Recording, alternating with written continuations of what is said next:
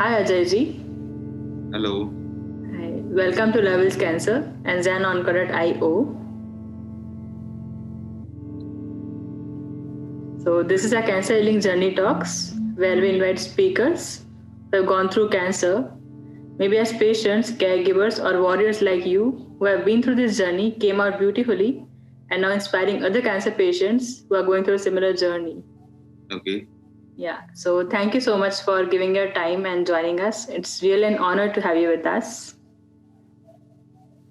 It's my pleasure, Divya, speaking to you. Yeah, so could you please introduce yourself and share your journey, how it all started?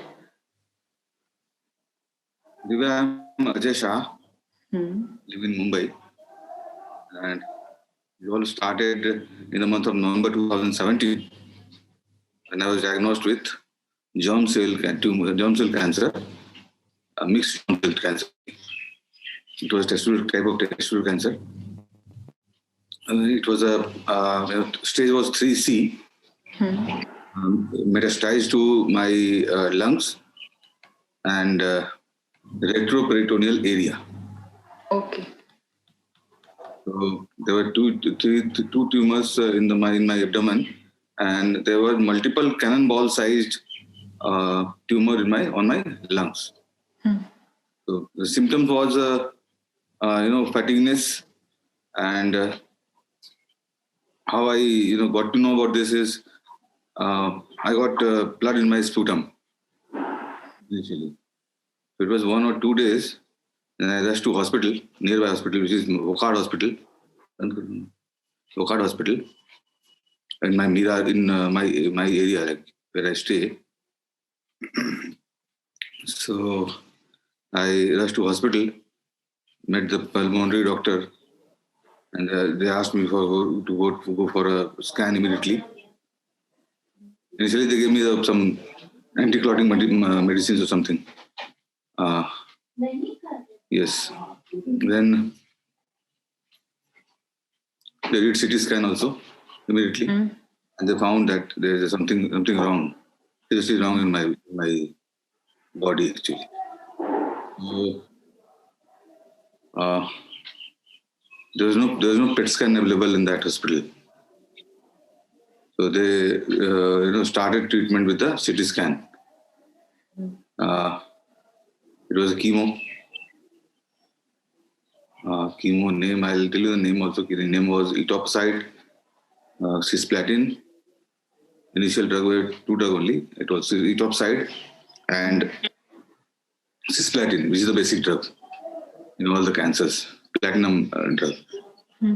So they started, and my hospital is just 400 to 500 meters from my residence. First day was, good. I started taking chemo. I was scared a bit, but it was like doctor assured me that we will be giving you the chemo in an interval of 21 days. And after taking three round of chemos, you will be able to work and do normal work like you are doing currently. So I was quite, in a good thought that I'll be taking this chemo and I'll be working and everything is fine now. So started with the chemo, but the chemo, first day was good.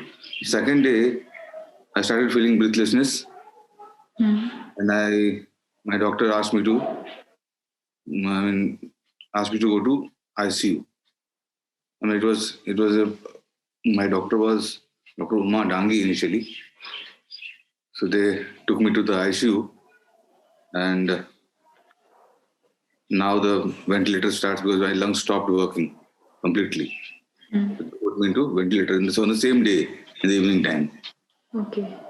They asked my parents to come.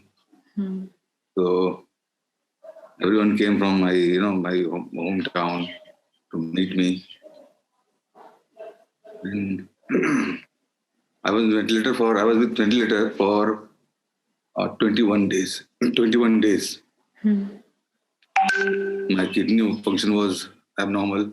My liver function was abnormal, and lungs was anyway not working properly. So it was tough, and I was unconscious. So I don't know what has happened. Hmm. I mean, in my family and all, they came, and they came to ICU, and I don't know. I didn't know who was there because I was unconscious. In Yeah. ventilator, you cannot be on unconscious status. Hmm. So after 21 days, I started recovering, and I moved to a new hospital. New hospital for me. It is Reliance Hospital, Sir H.N. Reliance Hospital in Mumbai. Then they started with a fresh scan. All the scans were done again there, I mean, in the hospital. And the chemo was the same, but the quantity of the chemo was little reduced because of my body was not accepting that much chemo initially. So they reduced the dose of chemo, and they started with the same chemo. And I was doing good then. So I finished all the chemos. It took 4 months for 6 round of the same chemo. Then I was feeling good. I thought I'm out now, out from this now. But there was surgery needed as per my doctor. And I went to surgery in the month of June 2018. Okay. The surgery is called RPLND, which is retroperitoneal lymph node dissection. The disease was in lymph node, basically. Hmm. So my lymph node were dissected, and I was declared as a NED, no evidence of disease, Okay. in the month of June only. Yes, June. Then I was doing my regular marker test on a monthly basis. I started doing, it was June, and in August again, my marker started going again. Hmm. It was a 1 month when I felt that I am cured. Hmm. Not cured actually. It started working again. Then I again started with the second round of chemo, which was vinblastine, carboplatin, and ifosfamide. So that chemo was a really tough chemo actually. Complete constipation for 7 days, 8 days. And chemo is like chemo. I mean, what to say about chemo? Chemo is actually chemo. That was tough chemo for me. Hmm. When I finished all those chemos in October. It was second round of chemo after having one surgery and the first round of chemo. Okay. Then surgery again in the month of January 2019. And then I was again declared as a no evidence of disease. I was given certificate of, the doctor has written somewhere that I am NED now. Yeah. But again, it was not. It was again up in the month of February only, after 1 month, my marker started going again. Okay. My marker started going again. It was relapsed again. So now the third round of chemo, the time for the third round of chemo, it was GOP. The name of the was GOP. Then transplant. I did my transplant in the month of July 2019, which is last year. It was 1 month. I was in hospital for 1 month, entire 1 month.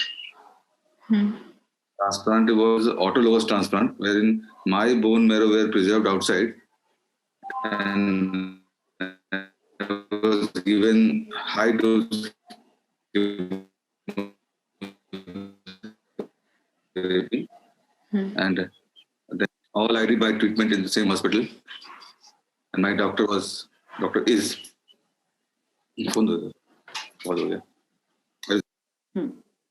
Where I was exactly? Time for transplant. Transplant. I did transplant in the month of July, August 2019. It was again high dose chemotherapy with bone marrow transplant. and it was autologous transplant, wherein my bone marrow were preserved, and I was given high dose chemotherapy. My bone marrow transplant. It was 30 days stay in the hospital, and it was really, I mean, extreme wala ye tha. The mouth were full of ulcers. No food for 21 days. They were giving me 80M or क्या 80N बोलते हैं वो. They give you, I mean, nutrients through your IV line. Because I was not able to eat, or I was not able to sip water. पानी भी नहीं मैं sip कर पा रहा था. It was tough. अभी वो, I mean, see, ये सब दिमाग में बहुत बार चलता है. अभी इमोशंस बाहर भी नहीं आते मेरे. अब तो इतनी बार ये हो गया ना ये सब, अब इमोशंस बाहर भी नहीं आते. It was really tough. And ये कीमो, बार कीमो लेना, बार ट्रांसप्लांट, मतलब बार ट्रांसप्लांट तो नहीं हुआ, बार कीमो लेना, बार सर्जरी के लिए जाना. तो आई वाज वेरी, मुझे लगता था कि हाँ ये अब इसमें ये होगा. मुझे पता था कीमो लूंगा, then I have to, I am going to get constipation now.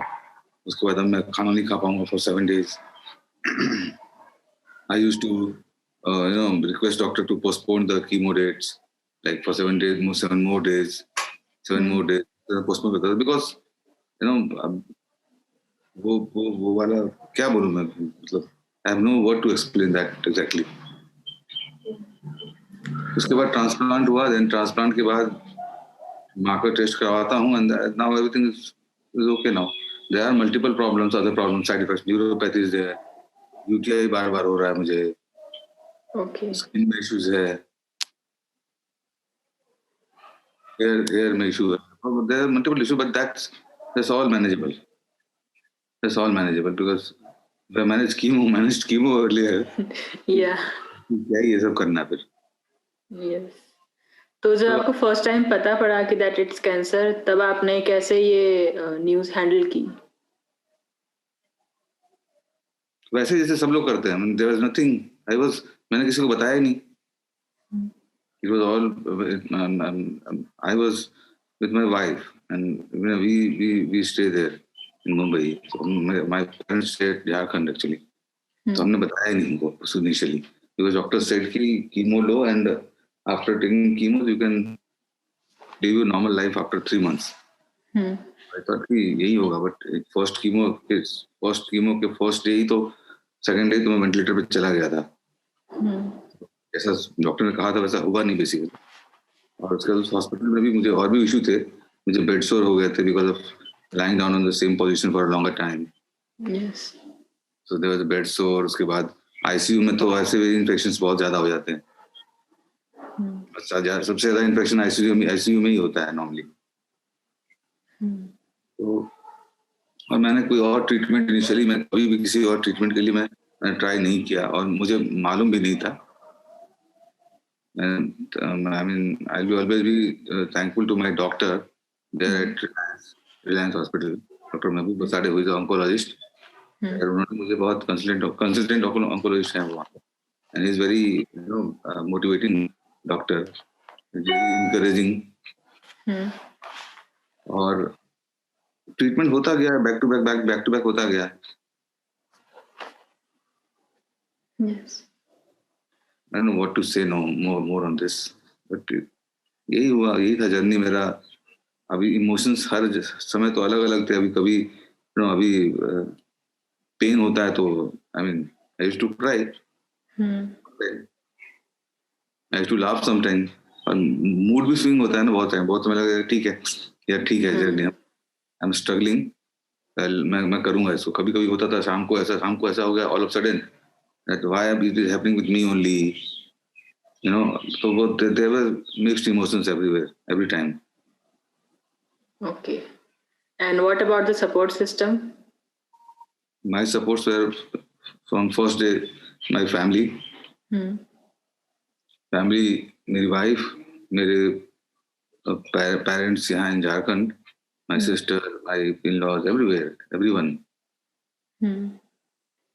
So they were always there with me. And my office, my bosses were there, my doctors from my office, मेरे doctor, वो सबसे बड़े support system थे मेरे initially, शुरू से अभी तक सबसे बड़े। अभी भी मैं उनसे मिलता हूँ तो वो मुझे उतना इनकरेज करते हैं जितना मुझे फर्स्ट टाइम वो मिलने पे उन्होंने कहा था। अच्छा। Used to say that if you think try why me, then think try me, and you will be able to come out with this. He's very nice person. हम्म। तो आप अपनी जर्नी पे ऐसी क्या चीजें करते थे जो आपको खुश रखती थी आपके लो डेज में? ऐसा कुछ नहीं किया मैंने, परेशान ही रहता था मैं, परेशान होता भी है, कितना भी कोई बोल ले। आप कीमो लगा के आप सोचोगे कि मैं कीमो लगा के आया हूँ और मैं बहुत मजे में हूँ और ये वैसा वैसा होता नहीं है, बोलने की बातें वैसा होता नहीं है। आपको तकलीफ तो, बट वो वही है कि वो उसी में से रास्ता निकलता है। लगे रहो, अब आपके पास कोई ऑप्शन भी तो नहीं होता है ना, आपके पास कुछ है क्या जो आप कीमो को रिप्लेस करके कुछ और कर लो? There is no replacement. Chemo, radiation and surgery, all there are 3 treatment only. There are alternative treatments available, but ठीक है, but initially you can not trust anything other than your doctor or your oncologist. Yes. तो वो मैंने I used to take curcumin लेना या antioxidants लेना। Antioxidant भी chemo के टाइम पे नहीं लेना चाहिए। तो वो मैंने स्टडी, गूगल भी बहुत किया। इवन डॉक्टर यूज्ड टू, अभी भी डॉक्टर मुझे गूगल डॉक्टर बोलते हैं because I Google a lot. बाद में मैंने स्टार्ट किया वो, जब मेरा ट्रांसप्लांट होने का था उस समय I started googling more much about all this कैसे। और मैंने फेसबुक पे मेरे बहुत सारे ग्रुप ऑफ पेशेंट्स हैं जो मेरे वाले कैंसर वाले पेशेंट्स ही हैं। They are we are doing transplant parallelly, like someone is my friend from US, Indiana, who is we're doing transplant the same day I admitted in the hospital for the transplant. Like okay. We used to say like आज क्या हो रहा है? So they said आज mucus, आज mouth ulcer बढ़ गया है, कुछ किसी को डायरिया हो रहा था, एंड किसी को कुछ, मतलब हर को अलग अलग हो रहा था। कुछ चीजें कॉमन थी, बट देयर वाज समथिंग जो कि अलग अलग भी था। तो ये सब भी था जिससे मुझे सपोर्ट मिला। लाइक और मुझे सर्वाइवर्स बहुत मिले अपने कैंसर के फेसबुक पे लोगों के थ्रू। मैंने इंडिया में भी हमारे यहाँ पे कोलकाता में एक पेशेंट था मेरा एक जयपुर में पेशेंट है अभी भी, मतलब is doing good now, so good. तो हम लोग बहुत सारे लोग भी थे, जब आपस में हम शेयर करते थे बातें कि हमने ये किया, ये, और सबका ट्रीटमेंट प्रोटोकॉल सेम ही था, because protocol is again same. आप किसी भी कोने में जाओ, यूरोपियन प्रोटोकॉल सेम है, यहाँ भी वही फॉलो होता है। yes. तो यूरोपियन प्रोटोकॉल जब सेम है तो मैं जो ट्रीटमेंट ले रहा हूँ वो वहाँ भी वही ट्रीटमेंट ले रहे हैं। स्कैन्स बराबर होते हैं, 6 महीने में स्कैन्स होते हैं to identify the disease, existing disease. तो वो उसके according doctor treats you. If you need, there are 3 steps, first chemo, second regime of chemo, third regime of chemo, then transplant. और यही हुआ मेरे साथ। नॉर्मली रिलैप्स होता है 2 साल 5 साल में, मेरा रिलैप्स 2 महीने में हो गया। This is where I'm unique from others. Yes.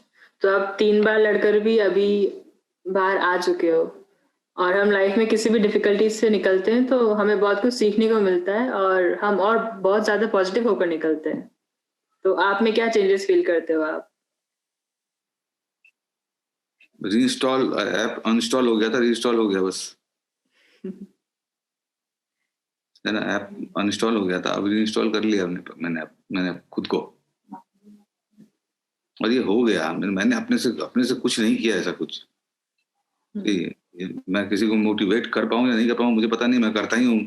मैं I used to talk to everyone, like तुमसे भी मेरी बात हो ही रही है बहुत दिनों से भी, राइट? तो कुछ स्पेशल नहीं करना होता, कुछ अलग से नहीं करना होता है। आपको ठीक होना है तो ठीक होना है। वो डॉक्टर जो बोल रहे हैं वो कीजिए, आप खाना पीना खाइए, खाने डॉक्टर तो बोलते हैं आप खाओ, लेकिन आप खा नहीं पाओगे। हाँ। तो अभी जो कैंसर पेशेंट्स और केयरगिवर्स हैं, आप उनके लिए क्या मैसेज देना चाहोगे? जो मैंने किया, go for the right treatment from first day. और सेकंड ओपिनियन, अब मैंने और बताता हूँ आपको। मेरे एक डॉक्टर है, डॉक्टर लॉरेंस एनहॉन, he is from Indianapolis, ये ही इज सीनियर ऑन्कोलॉजिस्ट। और वो उन्होंने कुछ ड्रग्स, जैसे मैंने एक ड्रग बताया आपको, cisplatin initially, is the first one two try in 70s. He is now 76-year-old doctor, and he is a germ cell cancer expert and lung cancer expert doctor at Indiana. I mailed him before my transplant. I somehow got his mail ID from the Facebook. और मैंने उनको mail किया, and he replied me within 6 to 7 hours, and he told me to go for a certain like यहाँ high dose chemotherapy के लिए एक protocol है, that is called TICE, TICE, TICE. But my doctor, I mean, that Dr. Anhan asked me to go for a CE only, not TICE, only carboplatin and etoposide in high dose. So I discussed it with my doctor at Mumbai, Dr. Mehboob Basade. He agreed. He was also on the same. We were on the same page. तो मैं doctor को भी, वो doctor भी, वो doctor अनहोन भी थे हमारे साथ. I mean, through mail. Yeah. I communicated him through mail, and he is known as father for the treatment of germ cell cancer, Dr. Lawrence. Somehow मुझे वहाँ से भी मुझे बहुत ज़्यादा सपोर्ट मिला. Like I am talking to someone, doctor जिसने ये ड्रग टेस्ट किया है, फर्स्ट ट्रायल किया था सिस्प्लेटिन, वही ड्रग मैं ले रहा था, और उनसे मैं शेयर करता था, नॉर्मली मेल करता था ट्रीटमेंट होने के बाद या इन बिटवीन, या कुछ इश्यू होता था. और अभी भी मैं दूसरे जो पेशेंट्स होते हैं कभी कभी लंग कैंसर और किसी केसेस में, तो मैं डॉक्टर को मेल करता हूँ, डॉक्टर यूज्ड टू अभी भी रिप्लाई करते हैं मुझे, go for this treatment, go for this.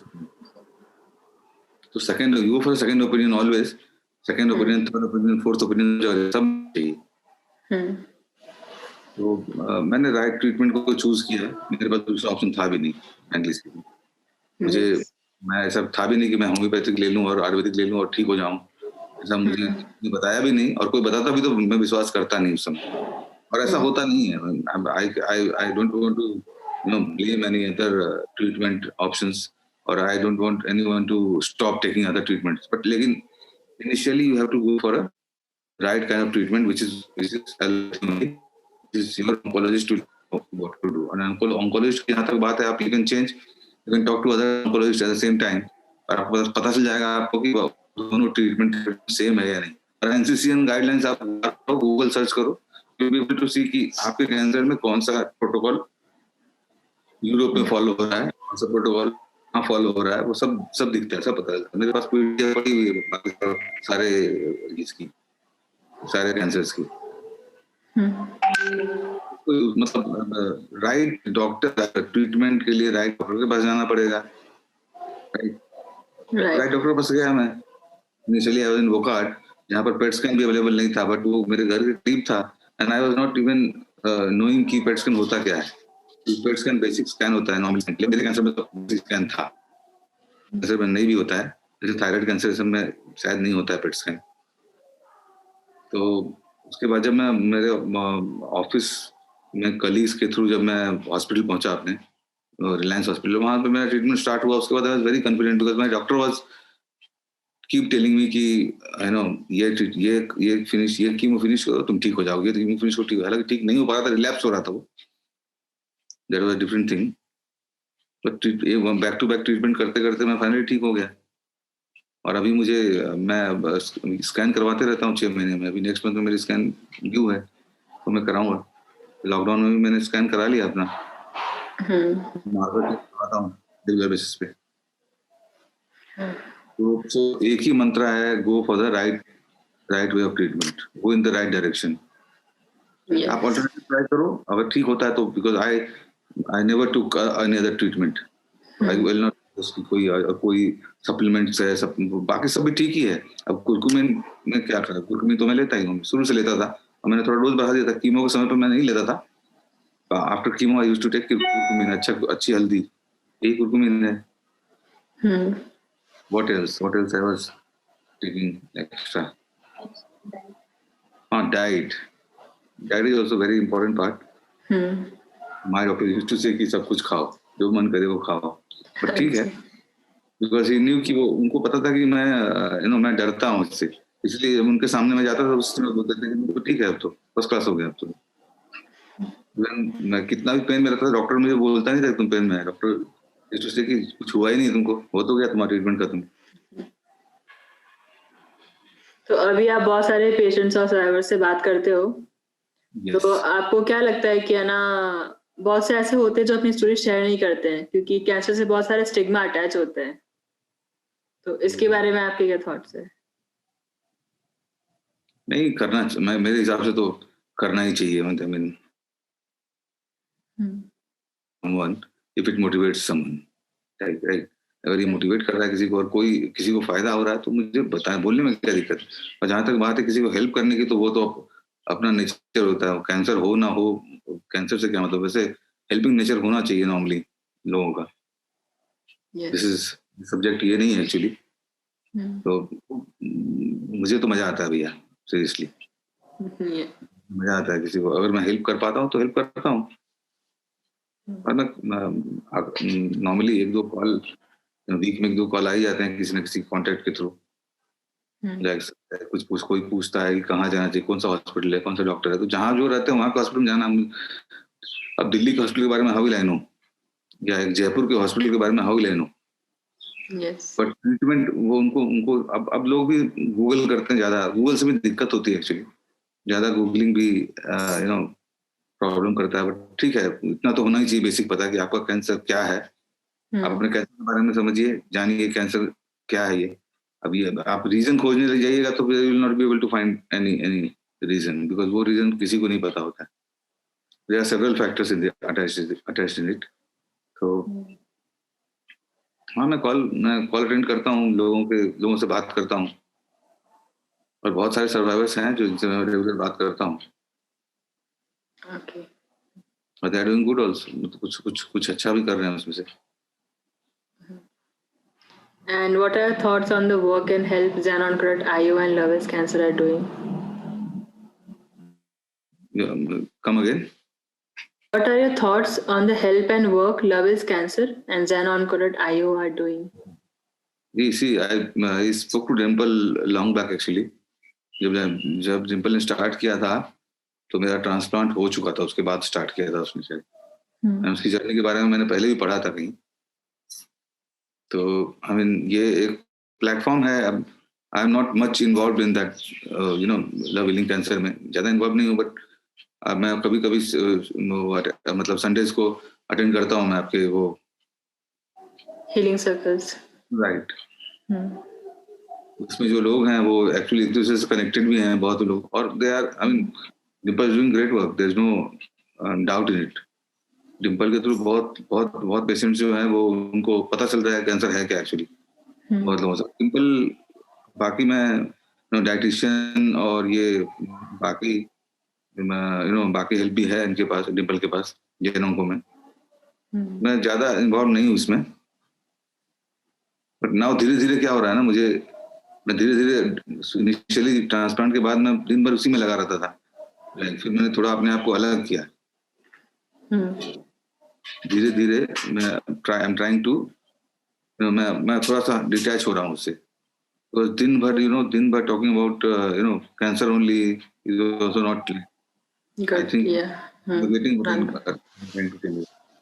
तो धीरे धीरे I am detaching myself. और एक प्लेटफॉर्म है ये लव हील कैंसर, जिसमें सब लोग समझ पा रहे हैं एक्चुअली कि क्या है कैंसर। ट्रीटमेंट पूछता है कि मैं आयुर्वेदिक के लिए जाऊं क्या है, कभी कभार मैसेज देखता हूं मैं डायरेक्टली। तो ऑब्वियसली जो लोग ट्रीटमेंट ले रहे हैं, लाइक मैं हूँ, मेरे जैसे बहुत लोग होंगे, वो बताते हैं भैया आप डॉक्टर के पास जाओ, पहले पता करो, पहले स्कैन करवाओ क्या है, कहाँ मेटास्टाइज हुआ है, नहीं किस स्टेज में है। स्टेजिंग इम्पोर्टेंट, और staging grade is also seriously बहुत इम्पोर्टेंट है। कोई स्टेज 1 वो भी इतना उनको डर है, बहुत डिप्रेस हो जाते हैं लोग, PTSD। मेरे कुछ फ्रेंड है जो स्टेज 1 कैंसर क्योर होने के बाद भी अभी इतना डिप्रेशन में है कि वो उनको लग रहा है कि हर एक स्टेप में, वो तो होता ही सबके साथ, बट वो ओवर डिप्रेशन में है। तो उनको हेल्प मिलता है, कुछ लोग बात कर लेते हैं, टॉक टू समवन जो सर्वाइव कर चुका है, जो सर्वाइवर है, तो उनको कुछ हेल्प मिलता है उससे। फील कि हाँ ठीक, और कोई स्टेज लास्ट स्टेज डायग्नोस हुआ, और कोई सपोज आज कोई डायग्नोस हुआ हो और मेरे से बात कर ले, तो वो डबल हो जाएगा उसका स्ट्रेंथ। तो समझ लेगा जब मैं ठीक हो सकता हूँ तो वो भी ठीक हो सकता है। बहुत सिंपल लॉजिक है। Yes. कोई कैंसर डायग्नोस हुआ और मेरे से बात कर ले या किसी से ही बात कर ले जो सर्वाइव करा है जिसने, भाई कैसे सर्वाइव किया, क्या ट्रीटमेंट लिया, वो तो इम्पोर्टेंट है, वो वही ट्रीटमेंट रहेगा। शायद कोई और तरीका हो किसी पास, बट आई डोंट थिंक कोई और तरीका है इसमें। मुझे तो अब तक नहीं पता है कोई ऐसा कुछ तरीका है। अच्छा डाइट रखो, अच्छा डॉक्टर को फॉलो करो, जो ट्रीटमेंट है अवेलेबल वही ट्रीटमेंट है अभी मार्केट में, और लोग ठीक होते हैं depending upon the type of cancer, depending upon the stage of cancer, depending upon the grade of cancer. Yes. सब फैक्टर मायने रखता है। और आपकी एज जितनी कम है, चांसेस आपके उतने अच्छे हैं कि आप सर्वाइव करो। फिर भी लोग, मैं तो 70 ईयर ओल्ड को जानता हूँ जो कैंसर हुआ और जिन्होंने सर्वाइव करा है, लोग करते ही सर्वाइव। डिप्रेशन बहुत बड़ा फैक्टर हो जाता है इसमें। कीमो रेडिएशन सर्जरी के अलावा आपका माइंड भी होना चाहिए, दिमाग भी आपकी सही होना चाहिए। मतलब आप डिप्रेशन में, एंटी डिप्रेशन का कोई मतलब नहीं है। आपका सराउंडिंग आपको डिप्रेशन से बचाएगा। लाइक आपके फैमिली मेंबर्स ही आपको डिप्रेशन से बचा सकते हैं, है ना। तो वो मेरा स्ट्रॉन्गर था मेरे केस में, it was stronger for me.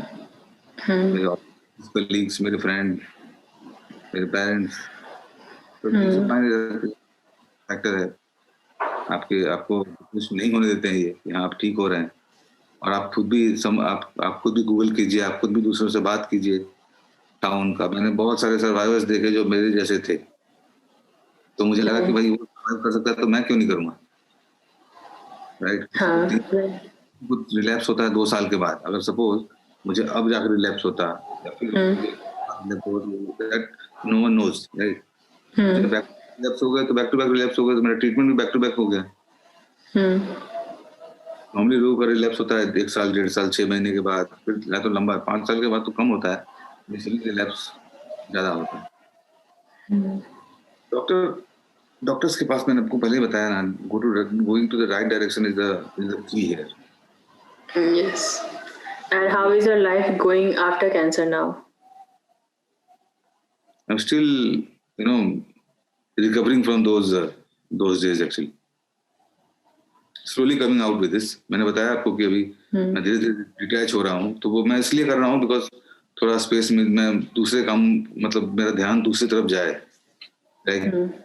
साल इट इज कंप्लीट 3 साल जब मैं ये इन सब, मतलब मैं कैंसर में इन्वॉल्व था, तो 3 साल के बाद बाहर निकलना, अभी मैं कुछ भी करता हूँ तो मुझे मेरे दिमाग में वही ख्याल है, वही बातें आ जाती है। वो ट्रांसप्लांट में lying down on the bed, वो आईवी लाइन से एक लाइन से वो प्लाज्मा जा रहा है, एक लाइन से कुछ और जा रहा है, एक लाइन से फ्लूइड जा रहा है। वो सब आने लगता है पिक्चर्स माइंड में। तो उससे बाहर आने के लिए मैं अभी मैं 2 जगह पे बाहर भी गया, चेंज एंड ऑल। उसके बाद वो again family support is important है। और खुद बाहर आते हुए आप बहुत सारे पेशेंट्स और सर्वाइवर्स की हेल्प कर रहे हो, उन्हें बाहर लाने में। वो कितना हेल्प हो रहा है वही बताएंगे भैया आपको। ठीक है, मुझे पता है वो हेल्प हो रहा है उनको, और वो they are also doing good. Help करने, मैं थोड़ा ना कोई ट्रीटमेंट दे रहा हूँ उनको, बट इमोशनल हेल्प भी बहुत मायने रखती है। वही कर रहा हूँ actually. Yes, and since I love doing it, मुझे तो मजा आ रहा है एक्चुअली करने में। कोई मिल जाता है तो मैं तो फिर अगर वो ट्रीटमेंट कहाँ ले रहा है, कहाँ, अगर बॉम्बे का होता है तो फिर मैं मिल भी लेता हूँ जाके, टाटा जाके। और नॉर्मली टाटा में आते हैं लोग, मुंबई में, मैं मिल भी आता हूँ।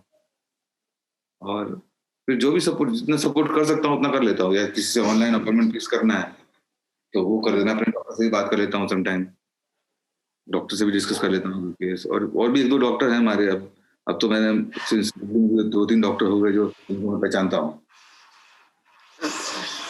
तो बात कर लेता हूँ। और एक है जहाँ पर डॉक्टर्स हैं, कैंसर के स्पेसिफिक कैंसर एनजीओज है, जिनसे मैं बात करता हूँ। तो वो अगर कुछ होता है, मान लो किसी को कुछ साइड इफेक्ट हुआ, साइड इफेक्ट ये बहुत इंपॉर्टेंट चीज होता है। मतलब कीमोथेरेपी तो कीमो लगा के आप घर आ गए, अब आपको तरह तरह की प्रॉब्लम स्टार्ट होगी। लाइक नौसिया, ये बहुत कॉमन है, जो मुझे कभी नहीं हुआ मेरे पूरे कीमो में। यू वोंट बिलीव, मुझे पूरे कीमो में नौसिया वोमिटिंग नहीं हुआ। एक में हुआ था लास्ट वाले में, Okay. मैं डॉक्टर से कि तुमको कभी नहीं होगा इनिशियली, और तुम जिस दिन सोच लोगे ना तुमको हो रहा है वोमिटिंग, तुम्हारे बगल में कोई वोमिट करता रहेगा, तुमको हो जाएगा. And I used to take my bed in day care में जब जाते थे तो हम बेड ऐसा लेते थे जहाँ पर ज्यादा ज्यादा रश नहीं हो.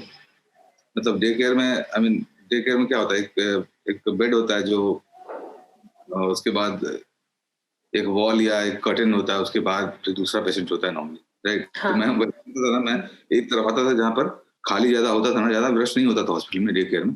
सुबह जाना है, शाम को निकलना है, मतलब 3-4 बजे निकलना है. वॉमिट करते हुए देख लिया मैंने, किसी को देखा नहीं. मैं ध्यान में लाता नहीं था वॉमिट होगा मुझे. दिक्कत तो होता है था प्लैटिनम वाला टेस्ट. प्लैटिनम जो सिस्प्लेटिन ड्रग बताया ना आपको, उसमें मेटालिक टेस्ट आने लगता था मुंह में. इट इज प्लैटिनम, तो प्लैटिनम इज मेटल. तो आपको लगेगा कि अब यू नो आपके गम्स के पास कुछ मेटल रखा हुआ है, या पूरे मुंह में मेटल वाला टेस्ट आने लगता है. तो वो बहुत गंदा होता है एक्चुअली. उसके बाद माउथ अल्सर कीमो के बाद वो मैनेज करना मेरे लिए मुश्किल था, बहुत ज्यादा हो जाता था. कुछ खाना पीना, स्टेरॉइड भी देते थे डॉक्टर्स मुझे in between two manage chemo drugs. और जैसे जैसे कीमो का लेवल बढ़ता गया वैसे वैसे कीमो भी स्ट्रांग होते गए. Chemo were stronger than the जैसे first regime was little easier, second regime was harder, third was तो पूछो ही मत कितना हार्ड था वो. तो था वो दिन निकल गए. अब जब आना नींद नहीं आने का दिक्कत आई, इंसोम्निया, सो ही नहीं पाता था मैं 2-3 दिन तक. उसके बाद सेकंड सर्जरी बहुत हार्ड था. हाँ बट मैनेज हो जाता है, हो गया मैनेज, और हो जाता है. It's not easy, it's not at all easy. कोई बोलता है आसानी से हो जाता है, ऐसा नहीं होता. इट्स नॉट इजी बट हो जाता है. आसानी से नहीं, थोड़ा दिक्कत से होता है, लेकिन हो जाता है. I think you got disconnected. No, I am here. मैं चेयर पे बैठ जाता हूँ. So what was the thing that kept you going? First to live life, and you know now I want to live for my parents, my family. पहले मैं बहुत careless था actually. I used to be careless guy. अब मैं वैसा नहीं हूँ. Okay. ये चेंजेस है मेरे में. I mean I can see, ये बहुत बड़ा चेंज है मेरे में. पहले मैं ऐसा नहीं था. तो आप इस जर्नी से जब निकलते हो तो आप रिलेशंस को और ज्यादा वैल्यू करने लगते हो. करेक्ट. और राइट ट्रीटमेंट का तो आपने बताया है कि वो आपका एक मैसेज होगा, और इसके अलावा और कोई मैसेज कैंसर पेशेंट्स या उनके केयरगिवर्स को? देखिए थोड़ी बहुत patient need to understand the disease first. Like थोड़ा बहुत तो हम समझ ही सकते हैं. बाय यूजिंग गूगल ऑल्सो हम थोड़ा बहुत जान सकते हैं. एंड डॉक्टर्स, सराउंडिंग्स, और दूसरे कैंसर पेशेंट्स, उनके साथ क्या हुआ, उनकी स्टोरीज. लाइक आप मुझे जैसे आप you are interviewing me for like if someone sees that this is a cancer patient and last stage से सर्वाइव किया है, तो उनको उसका फायदा होगा, राइट. तो ये एक्चुअली ये चीज होना चाहिए. मतलब लोगों में मैंने कभी इस तरह के वीडियोस नहीं देखे जो मेरे कैंसर पेशेंट का, मेरे एग्जैक्ट कैंसर का कोई पेशेंट हो और वो लास्ट स्टेज से सर्वाइव किया. शायद मैं देखता तो और ज्यादा मोटिवेटेड होता शायद. बट मैंने somehow I managed to get it from मेरे जो डॉक्टर थे, जैसे मैंने बताया ना, इंडियाना में जो डॉक्टर हैं लॉरेंस एनॉन, उनका जो हॉस्पिटल है इंडियाना इंडियाना यूनिवर्सिटी का हॉस्पिटल है वो. तो वो वहां पर उनके वेबसाइट में you will find number of ये ट्रायल्स जो चल रहे हैं, और ट्रीटमेंट का क्या स्टेज है अभी, पूरे ग्लोबल लेवल पे ट्रीटमेंट कहाँ चल रहा है अभी, कैसे चल, क्या ट्रायल चल रहे हैं, कौन से हॉस्पिटल में. लाइक मैंने MSK से भी बात किया था. MSK में, मेमोरियल स्लोन केटरिंग में भी डॉक्टर से मैंने मेल पर बात किया था. और एक्चुअली वो बहुत huge, they charge very huge. पैसा बहुत ज्यादा लगता है नॉर्मल कंसल्टेंसी का. अदरवाइज मेरे पास पैसा होता तो मैं वहां भी कंसल्टेंसी कर लेता. मैंने ओपिनियन वहां से भी ले लेनी थी अगर मेरे पास पैसा होते तो. बट मैंने नहीं किया. बट मैं जहाँ से डॉक्टर एनहॉन से भी लिया, अगर मुझे ओपिनियन, तो मुझे किसी की जरूरत थी भी नहीं, बट फिर भी मैंने वहाँ बात किया था MSK में। तो मतलब मेरे कहने का मतलब है कि आप जितना सर्च खोजते जाओगे ना, आप उसमें deep, if you go deep inside, you will be able to see results. Like आपको कुछ पेशेंट्स मिलेंगे जिन्होंने सर्वाइव करा उस तरह से, बहुत लोग उसमें ऐसे ही मिलते हैं जो सर्वाइव नहीं कर पाते हैं, तो उससे डीमोटिवेशन भी मिलता है। तो अगर आप जा रहे हो तो डीमोटिवेट होने के लिए भी तैयार रहो।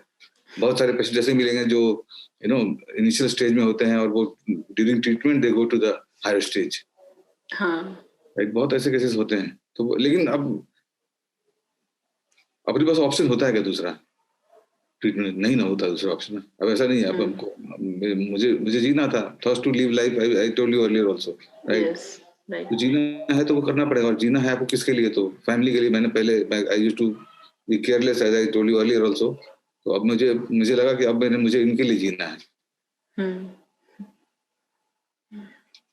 I wanted to see them, मुझे उनके लिए जीना था एक्चुअली। मैं यही मेरे लिए ये एक रीजन था, मोटा मतलब बेसिक रीजन मेरे लिए था कि अब मुझे उनके लिए जीना है, अब मुझे ठीक होना है। इवन एक्चुअली मेरे लिए प्रॉब्लम हो गया relapse, back to back relapse. First relapse में मैं सोचा कि चलो एक बार रिलैप्स हो गया, सेकंड रिलैप्स हुआ तो मुझे लगा ये तो होता ही आ रहा है यार, ये कब तक चलता रहेगा ऐसे। उसके बाद फिर से नया आ गया, treatment was used to be harder and harder again, suffer again. तो फिर वो भी मुझे लगता था कि अब इसके बाद मुझे तब तो मेरी ये जान निकाल के छोड़ेंगी ये कीमो। और जब हाई डोज हो गया एक बार, तो उसके बाद ट्रांसप्लांट, उसके बाद तो कोई ऑप्शन ही नहीं था। That was the last option, that was the रामबाण in my case. That was the final last try था मेरा, high dose chemotherapy with bone marrow transplant. Transplant was tougher, as I told you earlier. Transplant था। उसके बाद फिर test कराता हूँ, उसके बाद टेस्ट कराते रहता हूँ चेक करने के लिए, और डर तो हमेशा, एक तलवार लटकी होती है हमेशा इन द हेड। अभी स्कैन, अगर आप जब आ जाएगा, स्कैन के डेज नजदीक आ जाएंगे ना, you go to come closer to the scan date, तो एक माइंड का एक हिस्सा है जो हमेशा आपको नेगेटिव बातें बताता है, एक माइंड का एक हिस्सा होता है जो आपको हमेशा पॉजिटिव बातें बताता है। वो नेगेटिव वाला ज्यादा हो जाता है, पॉजिटिव वाला कम हो जाता है। Sometime this positive goes higher and the negative वाला गोज लोअर। हमेशा होता है, और सबके साथ होता है। हाँ, सबके साथ होता है। मेरे साथ बहुत ज्यादा होता है। लाइक स्टेज 1 में है, और जीने की इच्छा होती है बहुत ज्यादा, सबको होती है। मरना कौन चाहता है? कोई ज्यादा एंटी डिप्रेसेंट लेता है, कितने लोग साइकियाट्रिस्ट के पास जाते हैं, और जाना भी चाहिए अगर बहुत ज्यादा हो गया हो तो। बट मतलब मुझे लगता है कि सपोर्ट सिस्टम और राइट नॉलेज के अगर आपको है उस कैंसर के बारे में, तो आप समझ पाएंगे कि भैया लोग ठीक होते हैं। और हर कैंसर में अलग अलग होता है। एक जेनरिक स्टेटमेंट देना मेरे लिए कि हर स्टेज 3 लास्ट स्टेज वाला ठीक हो जाएगा, ये सही नहीं होगा मेरे एंड से भी, राइट? मोटिवेट करने के लिए मैं कुछ भी बोल दूं कि हर लोग ठीक ही हो जाते हैं, ऐसा ठीक नहीं होगा। लेकिन ठीक नहीं भी होते हैं ना। देखो, अब तो मैंने बताया आपको, ग्रेड स्टेज सब मैटर करता है, आपका लाइफ एज कितना है वो मैटर करता है। आपको वही 76 ईयर ओल्ड वाले पेशेंट ठीक हो जाते हैं, कोई कम एज वाले पेशेंट भी नहीं ठीक हो पाते हैं। वो तो कुछ डॉक्टर्स को नहीं पता है ऐसा क्यों होता है। कोई कीमो रिस्पॉन्स अच्छा करता है, किसी का कीमो रिस्पॉन्स बहुत अच्छा होता है, किसी में एक कीमो के बाद सेकंड कीमो में रेजिस्टेंस बन जाता है। तो कीमो देते रहो, कुछ फर्क नहीं पड़ता है। रेजिस्टेंस बनने के बाद तो बहुत डिफिकल्ट हो जाती है। तो उसके कंडीशंस में ना, ये आयुर्वेदिक एंड बाकी अदर थेरेपीज जो है ना, अल्टरनेटिव थेरेपीज, इसमें फायदा मिलता है लोगों को। ऐसा लोग बोलते हैं, I have not never tested all this, इसलिए आई विल नॉट मैं किसी का नाम नहीं ले सकता। Otherwise there are 100 of places जो आजकल इम्यूनोथेरेपी आ गई है, अब तो बहुत है, Tibet medicine, there are several. Yes, but वो भी करना चाहिए, ऐसा नहीं। बट मेरे लिए फर्स्ट प्रायोरिटी है, पहले आप ऑन्कोलॉजिस्ट के पास जाइए। This is the message what I can give them right away, straight message. Oncologist के पास जाइए, रेगुलर ऑन्कोलॉजिस्ट जो बोलते हैं वो कीजिए, सेकंड ओपिनियन लीजिए, go for third opinion, fourth opinion. कुछ लोगों से अटैच जुड़िए, जो कैंसर के पेशेंट्स हैं, उनसे बात कीजिए, कुछ सर्वाइवर से बात कीजिए। तो ये पूरा मिला जुला के जो होगा, जो मतलब तो तब आपको समझ में आएगा एक्चुअली। वही मैंने किया है। लाइक मैंने बाहर के डॉक्टरों से भी बात कर ली. एक्चुअली मेरा सपोर्ट सिस्टम बहुत स्ट्रांग था. सबका शायद इतना स्ट्रांग नहीं होता होगा. I don't know. Yes. Family वाले तो स्ट्रांग होते ही होंगे. फैमिली कौन चाहेगा यार किसी को कोई चला जाए उनका क्लोज वन. कोई चाहेगा. यस. रहेगा. बट तरीका अलग होता है. कभी लाइक मैं कभी किसी से नहीं मिला जिसने मुझे डीमोटिवेट किया हो. मैं किसी से ऑफिस में मेरे जो ऑफिस का सपोर्ट, मतलब ऑफिस में जो मेरे कलीग थे, मेरे भाई बॉस, मेरे बाकी कलीग्स, दे वर वेरी वो भी बहुत इनकरेजिंग थे. और they supported me very on high level. Actually बहुत स्ट्रांगली सपोर्ट किया. मेरे डॉक्टर, उनके बारे में मैं बार बार बात कर रहा हूँ. फैमिली के बारे में मैंने बहुत मल्टीपल बार बात कर लिया. यही दो तीन चीज होते हैं. मुझे कभी कोई नहीं मिला जो मुझे सामने बोलता हो यार ये क्या हो गया यार, ऐसे कैसे हो गया, तो अब क्या होगा, किसका क्या होगा. ऐसा कोई नहीं मिला. माय पेरेंट्स नेवर मुझे उन्होंने ये नहीं होने दिया कि तो मतलब तुमको क्या होगा, क्या नहीं हो जाएगा. They never said all this. उनको भी मालूम था कि सामने बोलेंगे तो शायद ऐसा नहीं, उनको ये लगेगा, उसको ये लगेगा. मैं बहुत थोड़ा शुरू से मैं थोड़ा अलग किस्म का आदमी था, किस्म का आदमी रहा हूँ actually. So thank you so much आपकी जर्नी शेयर करने के लिए. और आई एम श्योर जैसे मैं इंस्पायर हुई वैसे दूसरे लोग भी होंगे वीडियो देखकर. दूसरे लोग को ही होना है इंस्पायर. आपको क्यों इंस्पायर होना है? आप क्यों इंस्पायर हो रही? नहीं, बहुत कुछ है सीखने को. 3 बार लड़कर भी आप बाहर आ चुके हो. So you can share my number also to in the interview. You can share my number also. If anyone wants to talk to me, they can talk to me anytime, any. Okay, sure. ठीक है ना? Yes. Thank you so much. Thank you, Divya. Thank you so much.